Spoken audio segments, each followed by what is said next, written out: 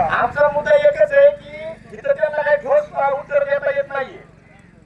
तर आमची अशी विचार की आपण तालुक्याचे पालक होतो म्हणून तहसीलदार साहेब आहात तर पालकमंत्र्यांना किंवा वरच्या वरिष्ठांना कुणातरी तुम्ही फोन लावावा आणि आमच्या बरोबर त्यांची एक मिटिंग लावावी तरच हा रस्ता रोको आंदोलन या ठिकाणी समाप्त होईल.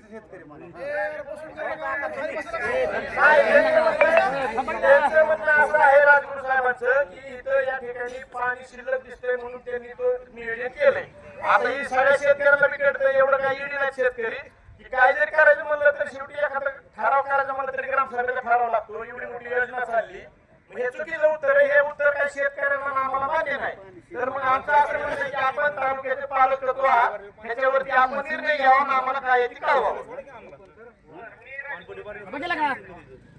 देऊ का त्याच्याकडे फोन?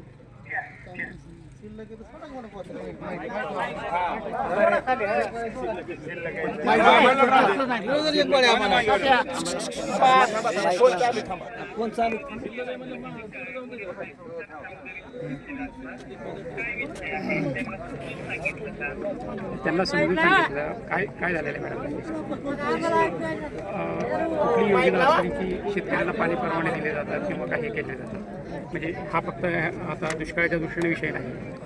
तर त्या अनुषंगाने जे काही पाणी परवाने लोकांना दिलेले आहेत पाणी परवाने आणखी शिल्लक आहेत म्हणजे काही पाणी परवाने आपल्याला देता येतात आणखी बरोबर आहे. काही पाणी परवाने रिन्यू करायचे बॅलन्स आहे आणि म्हणजे थोडक्यात असं म्हणता येईल की समजा 100% पाणी असेल तर 98%च पाण्याचं युटिलायझेशन दिसतंय किंवा वापर दिसतंय उरलेलं पाणी शिल्लक दिसतंय. माहीत का नाही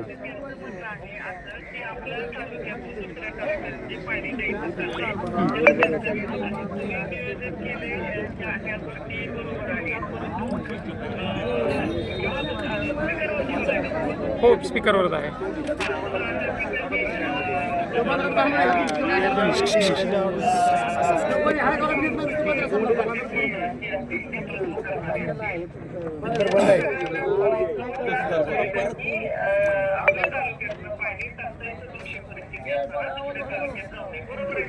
नाही टंचाईचं नाही हा विषय ओव्हरऑलच मांगीच्या प्रोजेक्टचा विषय आहे.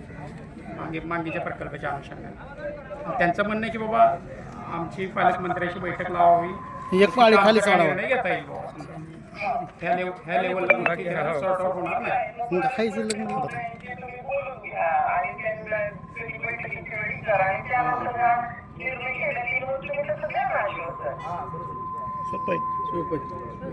टाळ्या वाजवा रे. डायरेक्ट बोलता येणार नाही मी माझ्या वरिष्ठांशी बोलतो आणि पाणी गेलं नाही पाहिजे संतोष नाही जात.